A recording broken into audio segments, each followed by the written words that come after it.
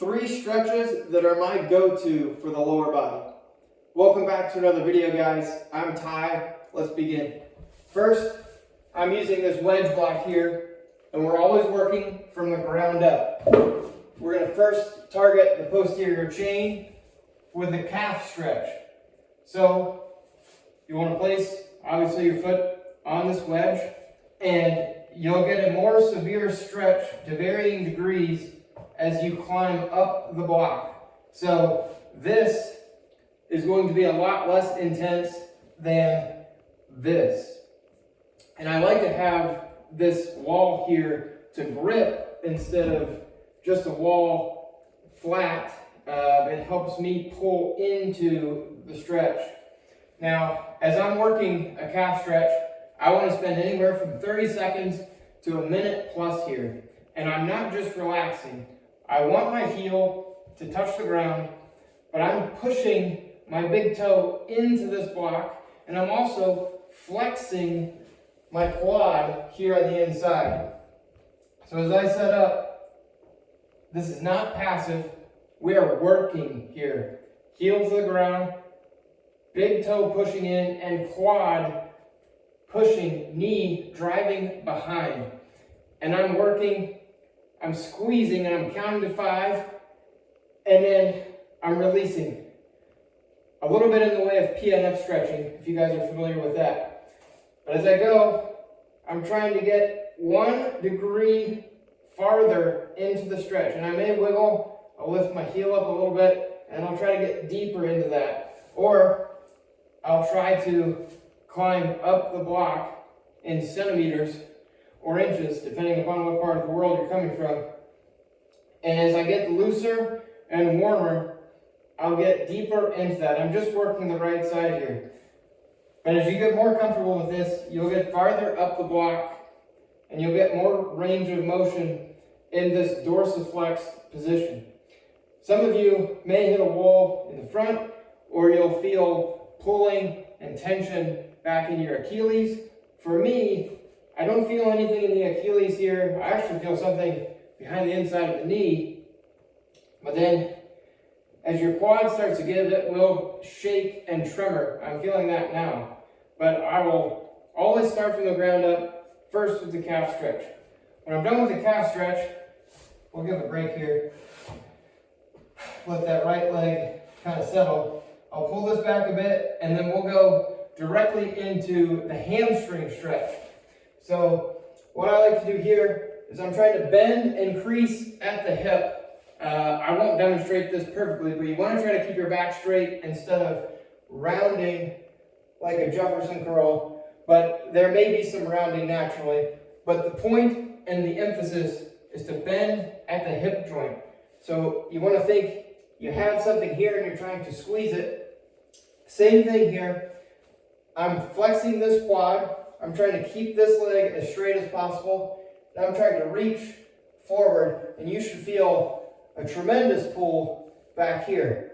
Now, my points of tension, still pressing foot into the ground, into the wedge, still flexing the quad, and then I'm trying to pinch or squeeze something that's right here in that hip flexor.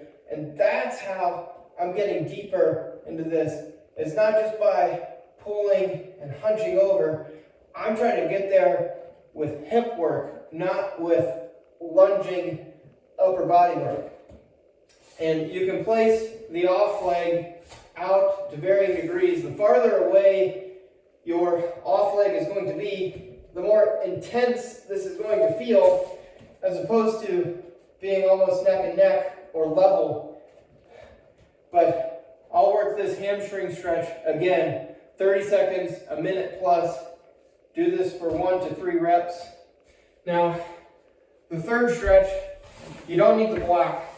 Now, for me, the pancake stretch doesn't do anything for me if I'm seated here and trying to get here. I'm not flexible enough to be at 90 degrees and to really hinge over and get a good stretch.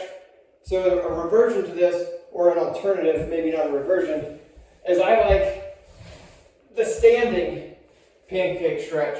So I'll find a place where I find a little bit of tension in my adductors in my groin. And be careful of the surface you do this on. I'm on hardwood. If I was to do this in socks, I would pull a groin. So I'm sure to have shoes on here. You want to get to a place where you start to feel some tension, and I'll just be here and I can already feel pull in my adductors here. And I want to do a couple things. I want to think of my pinky toes and I want to turn them out into the ground, and you'll feel your knees kind of point out. And so I can feel, and my glutes are activated, the outsides of the upper leg are activated, and I'm trying to pry apart actively, consciously here, trying to squeeze out. And then once I do that for 10 to 20 seconds, I'll do the opposite and try to push in. So I'll be on the insides of my feet, and I'm trying to push my legs together, and I want tension here. And then as I have that tension for 10 or 20 seconds, I'll get a little wider, and you should feel tension here. And then here, without hands, I'm trying to bend at the hip, and this is what mimics that pancake stretch. And I can kind of move in here from left to right. I don't have a ton of range of motion, and I'm not quite to the Crowsack squat or the Crowsack move, but the deeper I can hinge into here, the more I can mimic the pancake stretch. And I really feel this on the inside of the groin, and try to put emphasis on different feet, and then come out of this and try to stand straight up in that position, trying to push yourself forward, trying to drive your hips forward. You'll feel a great stretch here. You can do this for reps, maybe a couple reps, just hinge, get comfortable, or you could hold, which is pretty tough. Hold here, but I use these three stretches on a pretty consistent basis to try to improve my range of motion.